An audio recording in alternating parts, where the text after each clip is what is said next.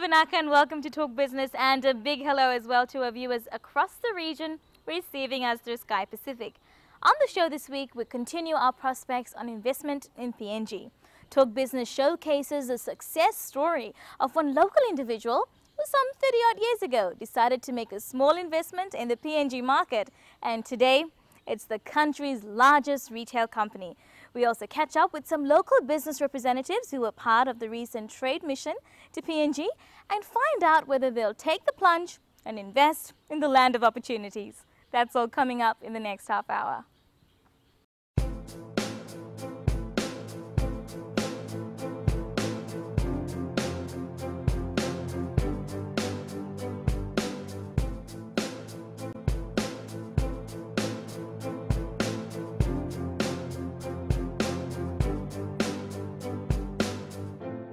They say life is either a daring adventure or nothing at all, and Mahesh Patel swears by this every single day.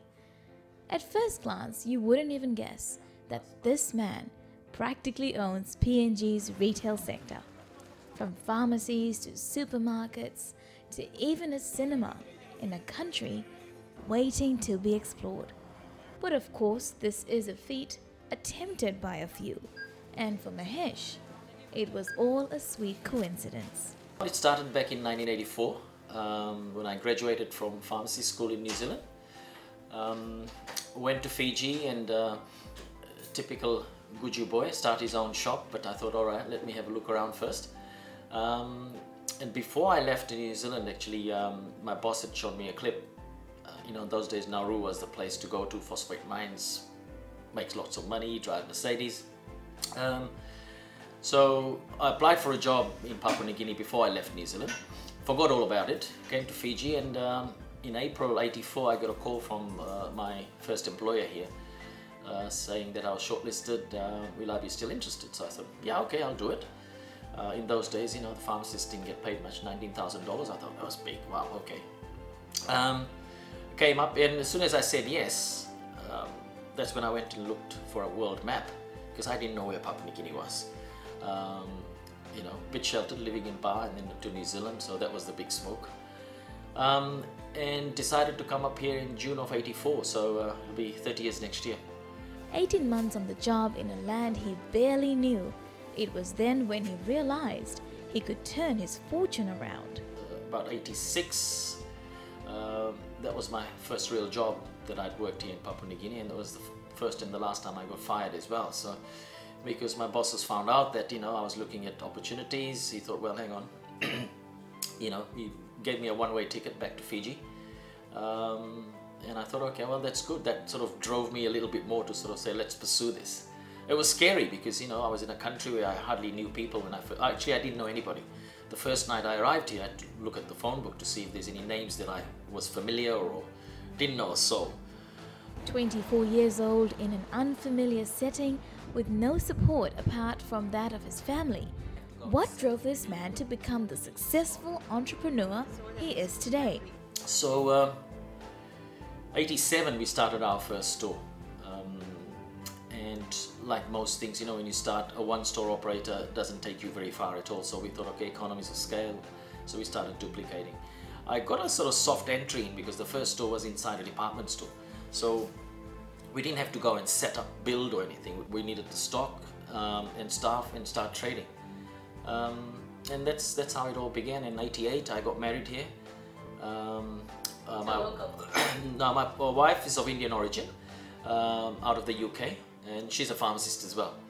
So we got married, and for the first, whilst we see all the glory now, but we got married on a Saturday. We were both working in a chemist shop on Monday morning. So, and that carried on for almost 18 months, 2 years. It was 7 days non-stop. So we went through the hard journey. Both the kids were born here, and they sort of spent the first few years here, went to preschool and all that. And they're very close to Papua New Guinea. They still think this is the second home before Fiji. Patel soon bought out the supermarket chain which housed his pharmacies, and his business grew on from there. Today, he has 29 outlets spread across the country.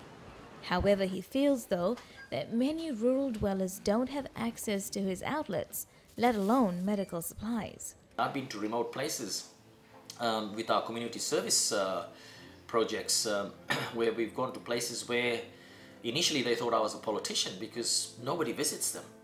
You know, normally the campaign happens and politicians go there. So firstly I had to tell them, listen, I'm not a politician, I'm here to sort of see what community projects, we were looking at an agriculture project to do. So there are so many still far places where even the government has problems due to the logistics issues of maintaining health centers. So, you know, we've not really covered Papua New Guinea by any means. I think, in my estimation, we'd probably be covering about 25–30% of the population. The rest is still out there in very rural communities. If there's one thing anyone engaged in business in PNG will agree on, that's the cost of actually doing business. From real estate to labor to even security arrangements, it's a costly affair. But Patel says if the risks are high, so are the returns. Because I've been sort of so positively selling this country, that every time we've sort of tried to get people in, they said, oh, we'll do it if we do a joint venture with us. Now, that's how the hardware business started. I mean, you know, I'm a pharmacist by profession, but we run a hardware chain here, which is the largest in the country. Now, that's a joint venture with Mahesh Patel in Fiji. The business was for sale.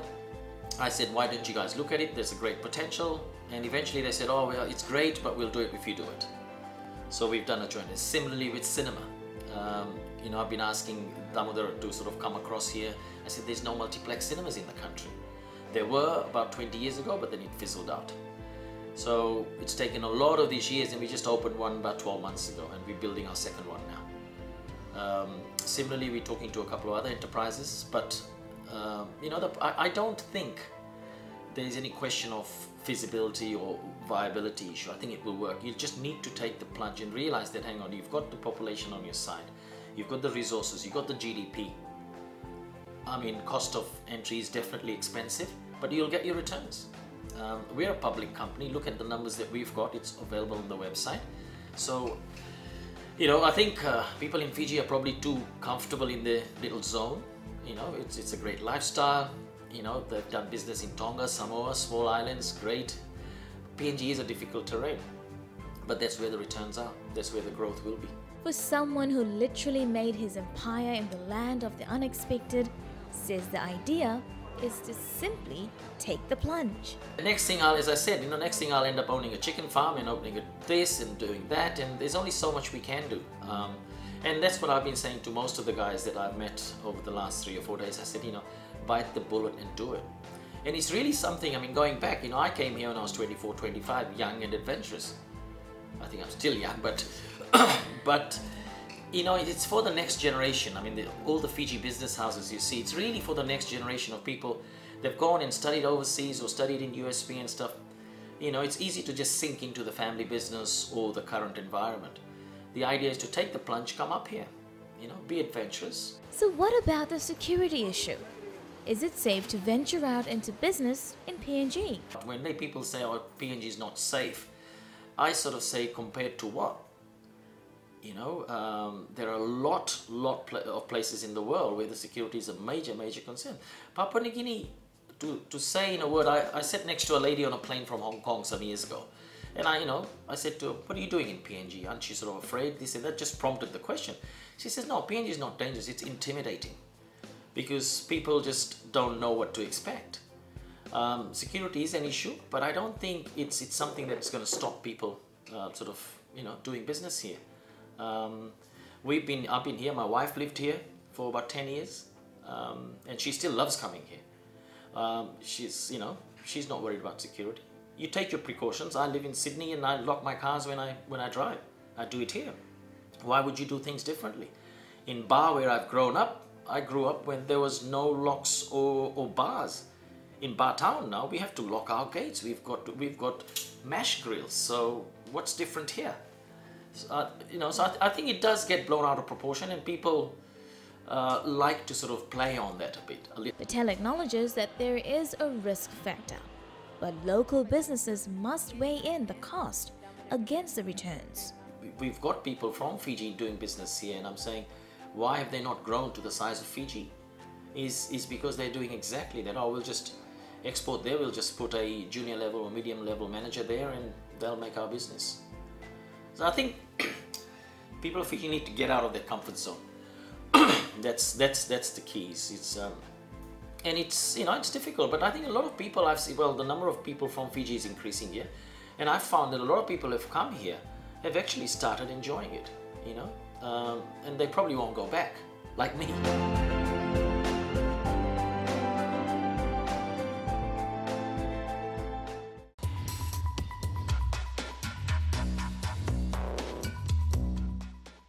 More than 70 local business representatives were part of Fiji's largest ever trade delegation overseas. From the big boys in manufacturing to retail, property development to medicine, a diverse group accompanied the Prime Minister to explore investment opportunities in PNG. Talk Business caught up with a handful to find out what this trade mission has meant in terms of exports and growing their businesses offshore.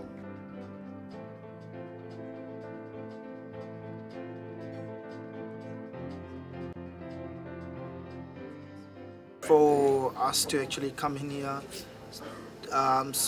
see what the market's like, see what the competition is, see what's out there. We know that Fiji manufacturing is very strong in terms of its product. We do really good products, and basically just the market up here generally.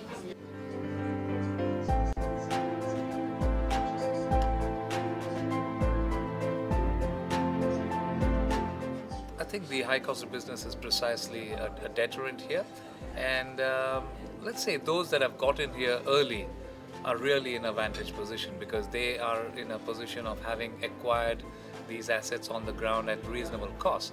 If you try to put in something on the ground today, it's going to be enormously expensive and maybe not really viable, and therefore maybe a good thing to do would be to tie up with someone that's locally strong here and leverage that partnership to advantage. But clearly the government needs to do something in terms of bringing down the cost of doing business here. I think it should be feasible, provided once we start off the supply chain here, and if we think we got a great demand, then yes, it's probably we can set up our warehouse in PNG to service them better. You see any sort of difficulties in setting up business? Well, currently when PNG and Fiji government has established ties on a free trade agreement, I think there shouldn't be any problems.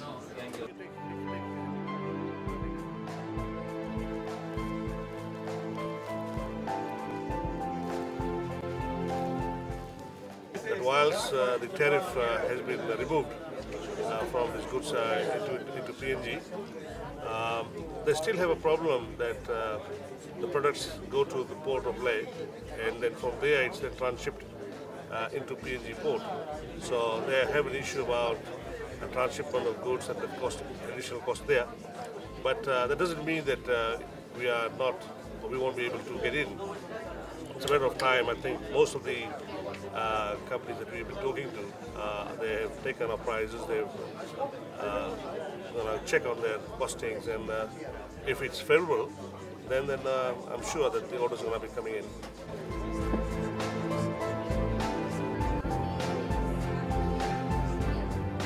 We need top quality, skilled people in this country. So that will be a big problem here. But anyway, to look for skilled people, to make skilled shoes, it's hard, very hard. But first we'll let us sink in the market, we'll see how it goes, and see the availability of people who can do.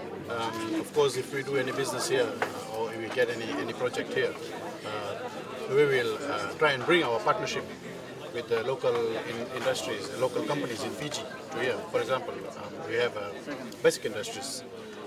We do a lot of work with them. They are our major suppliers, and if we win a tender or two here, of course, yeah, we are getting Fiji companies to work with us. Yeah. The fundamental costs that are high, one is human resource, two is security, and three is real estate. Of course, they're all relative. Supply against demand and opportunities. Apart from real estate, security is another big issue that needs to be looked into by the government, I guess. And in terms of HR, there has to be a lot of education that needs to be put by the government in the local people here and invest into the local people here. Like we've done in Fiji for the last 30, 40 years, there's been a lot of vocational schools, there's been a lot of education that has been given to our citizens FOC now by the government. So that practice needs to be brought into PNG. I think these are the changes that if PNG government makes within the economy, they will be very, very well equipped and they can reduce their cost base down, which will help the manufacturing division here in PNG. I think it's a transitional approach. I think for a lot of people are coming here for the first time. So when you come here for the first time and someone says, oh, you should set up a manufacturing and a joint venture and do all this sort of thing, it can be sort of a little bit scary, because it's the first time they've been in the country. And the low risk option firstly is to simply bring your product up and have someone distribute it. So you get your product to the marketplace. And once you're in that situation, then you can then say, okay, well now I know a bit more about Papua New Guinea, and I've got a good relationship with my distributor, and then you start saying, I think I could actually manufacture these goods cheaper here, and that would save me the shipping costs, and you start doing your sums, and it's the next evolution is to look at doing your manufacturing here rather than doing it in Fiji and shipping the finished goods. So I think it's an evolution. I don't think you can come straight in on your first visit and talk about setting up manufacturing.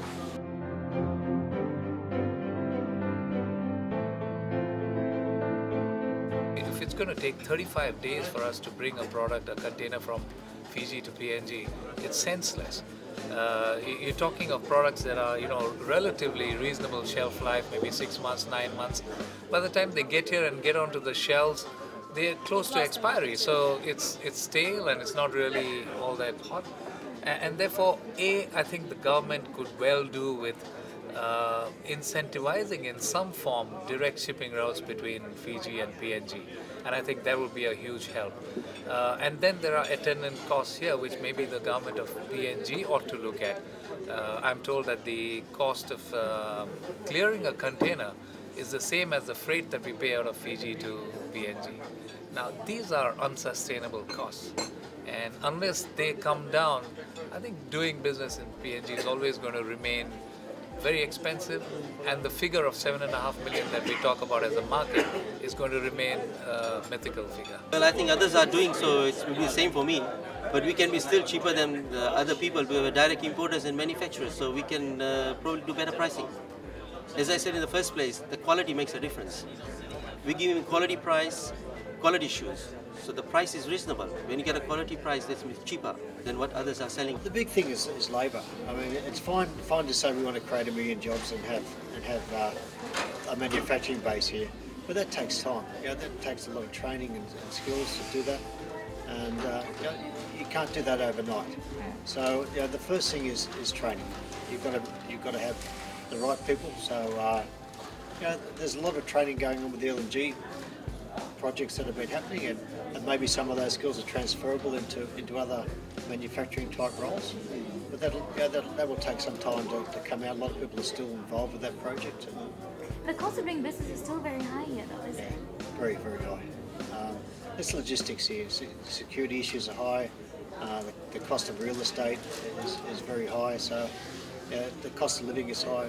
Everything's dramatically higher than Fiji. So people come up and see the prices that are being paid here and go, well, this is, we're selling it so much less in Fiji. But the reality is that the prices are high because the cost of doing business is high.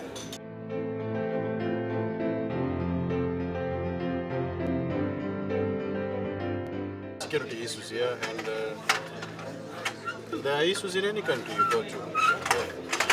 Like in some countries you would not get resources, and here you have resources.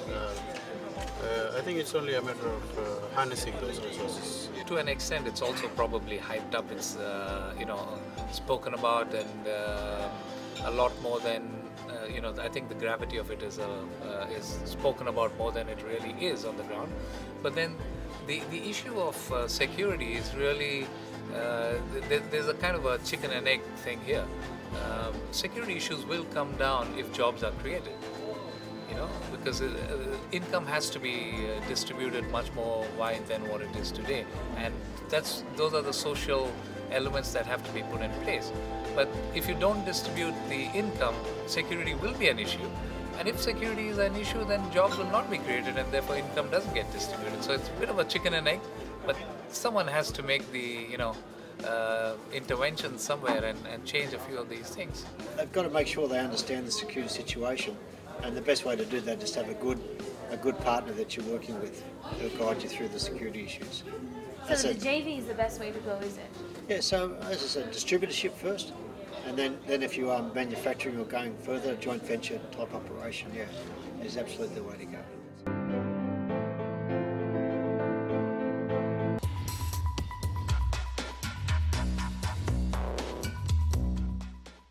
It's never easy to leave a familiar setting and hit that restart button in a new place, be it versatile PNG. For many Fijians who have now come to accept PNG as second home, it takes a while to adjust and of course get used to the new vibes. I happened to meet a cheerful bunch of aircraft engineers that work for Airlines PNG and decided to find out just what brought them miles away from home. Felipe Nainova moved with his family here 2 years ago, and it's been a pleasant experience despite what he was told to expect. Before we came over, we heard it's dangerous, but coming over you find that it's just like being at home. Jack Hamafala is another aircraft engineer who decided to make the move a couple of years ago. A move he doesn't regret. What make me really like this place is that I've been away from home, and I really appreciate my family now, being away from them all this time. Miss them so much, but this sort of really sealed the deal, or what you want to say. Another individual who now also calls PNG home is Nemani Batau. For him, the land of the unexpected has brought about many opportunities too good to pass, and the cultural exchange is a bonus. The more you get to know the Papua New Guinean and our one talks over here, the more they open up to you. So for me personally, security is not an issue, like, for me to worry on a daily basis. But again, I should always take precautions when I drive out of here and just apply some security skills, basic things like car windows has to be up, lock the car as soon as you drive out, and just keep a clear vision on the side mirrors and because you wouldn't know. Fijians intending to make the move to the lucrative nation, here's some advice. PNG is a lot of money, but then you also spend a lot of money. And one of the things I'd like to say is the stories, all the violent stories, all the traumatic stories. I'm not trying to diss whatever anyone went through, whatever trauma anyone went through, but it's not as bad as people make it out to be. I say, don't believe all the things that you hear. You gotta be here to really know or appreciate what life is and how it is here. True, it's dangerous, but you just got to be at the right place at the right time. It has changed for the better. Just the fact that you're away from home, and as soon as you get into Fiji, you wanna meet with your parents, your wife, and brothers and sisters and whatnot. And that's the show for this week. For questions or comments, do email us, talkbusiness@fijitv.com.fj. Remember, you can view what you've just seen on our website. That's www.fijitv.info, and follow the links to Talk Business. That's all for this week. Thank you for joining us. Do join us again at the same time next week. Until then, have a productive week. cuckoo.